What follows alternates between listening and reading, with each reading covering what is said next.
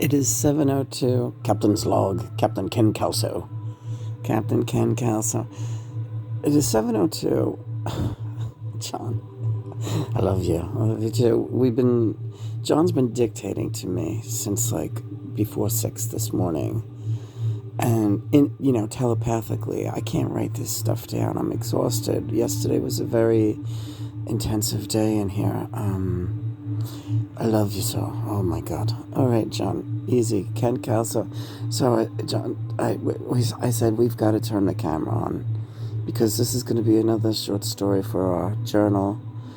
And yeah, it's going to be a handwritten one in cartoon and panel form, but I can't possibly remember all these details. So he's dictating to me crazy, and I said, "That's it. You're gonna We're gonna do this like this."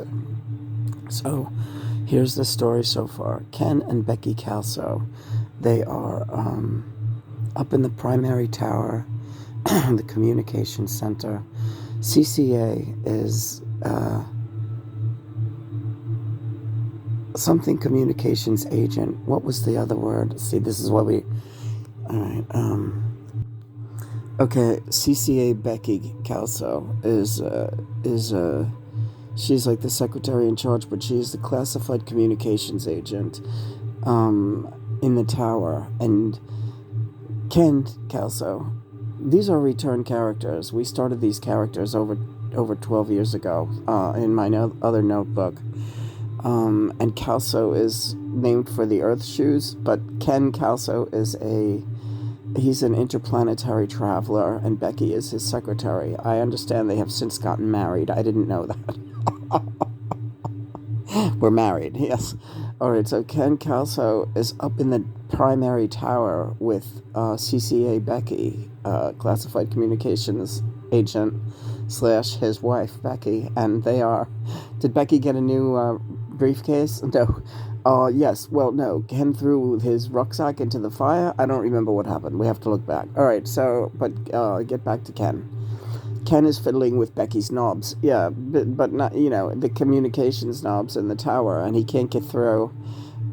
He's trying to get some communication through. Okay, so this is, I guess we're talking channel clearance here. Yes. So, they're up in this huge tower where they do a lot of their, they have several towers, but this is the primary tower. All right. Primary communications tower. Yeah, classified communications tower. John, please, this is too much. Okay, so what's going on? All right, so he's fiddling with the knobs, right? She says, "Get off my knobs," or something. "Treat my knobs with respect, would you please?" And he says he needs the oil can. And she's bringing in coffee from Java Junkie or some place with a kind of a cool name. Maybe Java Junkie has been taken. We gotta try another one. She's coming in with a tray of coffees for Ken. Okay. And Sweet Matthew, right? Sweet Matthew is he's coming in for a special. He's a professional. We have to bring another professional in because Sweet Matthew is another interplanetary.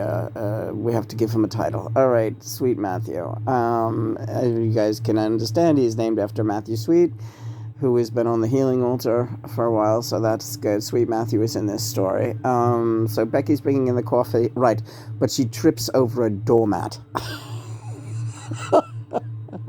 She trips over a doormat, a bloody doormat, a cunting doormat. All right.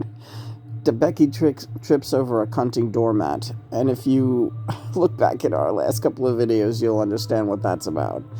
She's this cunting doormat. Enough with this. I don't need this cunting doormat. It's not helping anybody. It's not keeping the place clean. It's mucking things up, and I'm gonna break my neck on this fucking doormat. Get it out of here. All right. What do you want me to do with the doormat? I don't give a bloody hell what you do with the doormat. Throw it out the fucking window. Okay, fine. That doormat. I know. I don't care if I never see that doormat again. Right. Okay.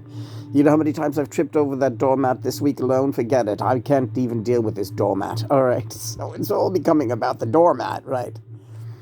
Now, the signal that's coming in is called, the code name for the signal that's interfering with everything is called Babbitt. Signal Babbitt. No, Rabbit. Okay, Rabbit. Okay. I thought it was, okay, Babbitt. Rabbit. We don't know yet. It's not, it's muddled. All right. So it's reading as rabbit, but then I'm like, but then who the hell is bloody Babbitt? Oh, wait a minute. They might be the same. Right. And it's interfering, and it's hand me that coffee. I can't deal with this now. I have to stop and think. All right. So let's bring Sweet Matthew into the mix. Okay, so Sweet Matthew comes. Remember, this is all a draft. This is how John dictates short stories to me, like comedic stories for our notebook. My hand is already hurting thinking about. Don't worry, you don't have to write it down until next week. And in the meantime, we'll make more notes. No more notes. No more notes. You're becoming Ken. Yeah, you are Ken right now. Yeah.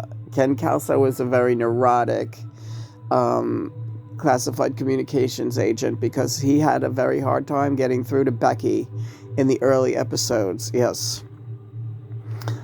Becky had to go through an awakening, and she's his daughter. Okay, so now he's looking at Becky like with a different kind of view. He's had a little sip of coffee, and he's saying, I know a good way we can clear these lines right away. Right.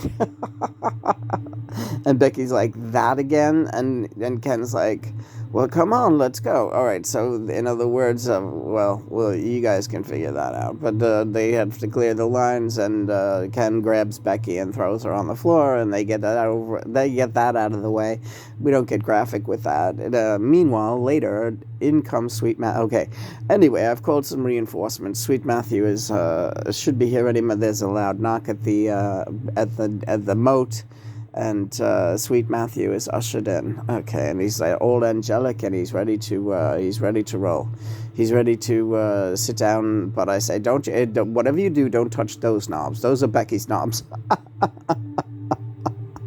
Well, which knobs am I supposed to touch? Well, you find some knobs over there, but you don't touch these knobs. These knobs are expressly Becky's knobs, right? Okay, so the knobs become a thing. Yeah, the knobs become a thing. All right, so is everything going to be a euphemism for my body parts now? Well, not you, Becky.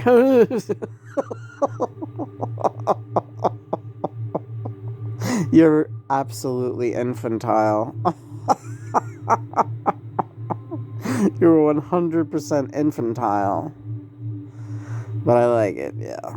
All right, so that's it. Let's not go too far ahead because we don't want to have to, we want something left to the, right.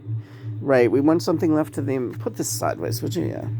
We want something left to the imagination because, but we just wanted basic notes to go down because a lot of this, when I'm writing and John dictates, the stream of consciousness that comes out exactly at the moment of writing is very vivid, and it makes the words pop off the page, and he quickly scribbles little cartoons, and so I don't want to lose that magic. Yeah, but we have the idea now for Ken and Becky Calso and Sweet Matthew, and these are the air traffic controllers who are controlling the channel and bringing in the signals from the primary tower to the classified communication center, which these are all euphemisms for the heavenly channels coming down to deliver messages down here.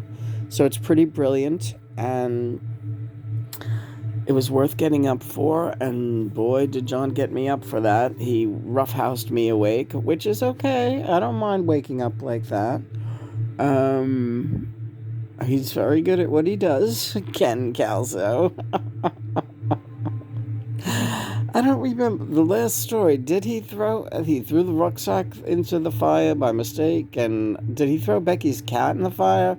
That was a mistake. I got over. Yeah, we have to go back and rectify that. Yeah.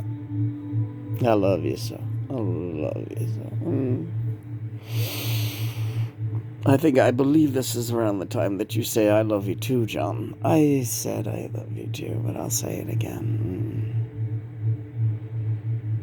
Okay, so the new windows look absolutely stunning. Yeah, they're going to finish them today. We've had new windows put in here, and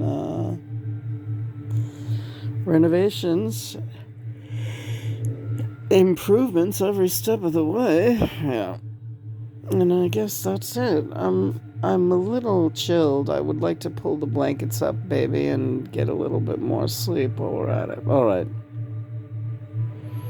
So is that it? Yeah, we got the worst of it out of the way. Not the worst of it, but we got the beginning of our story. We got the characters, and now we just got to get up there in the primary tower and grab pen and notebook and go to motherfucking town. Alright, sounds good, Johnny. It is Saturday. Catterday. Full moon is approaching. Another few days, and we'll be on the second full moon of May. We'll be here for Memorial Day weekend. We'll be celebrating the anniversary of the crossover of one of our dearest friends, one Mr. Hiram Nieves, a superstar in his own right. We've made him he's not a celebrity, but he would have been eventually if he had survived AIDS. He died on Memorial Day weekend in 2009, and he was the best friend I ever had.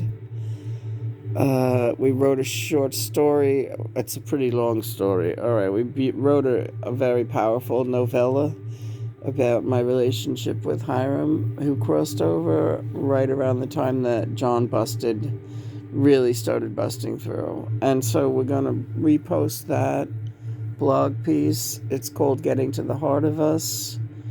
It is several chapters long, but it is worth the read if you've ever loved and lost somebody if you've ever loved and lost somebody, I think it'll mean something to you out there. Yes, it will. Hi, Hiram. Hello, Blanche. How are you? Oh, boy, he really gave it to you. He socked it to you. Yeah. He came in with both barrels this morning. Yes, he did. That's all right, honey. You got this. You got the goods. You got the stamina. Have your yogurt and go back to bed for an hour or so. All right. I'm gonna listen to Hiram, John. That's okay. He's my henchman too. You want to be in the story, Hiram? I would love to be in a story. What the fuck he is waiting for? All right. We'll have Sweet Matthew, and we'll have what title do you want, Hiram, in this story?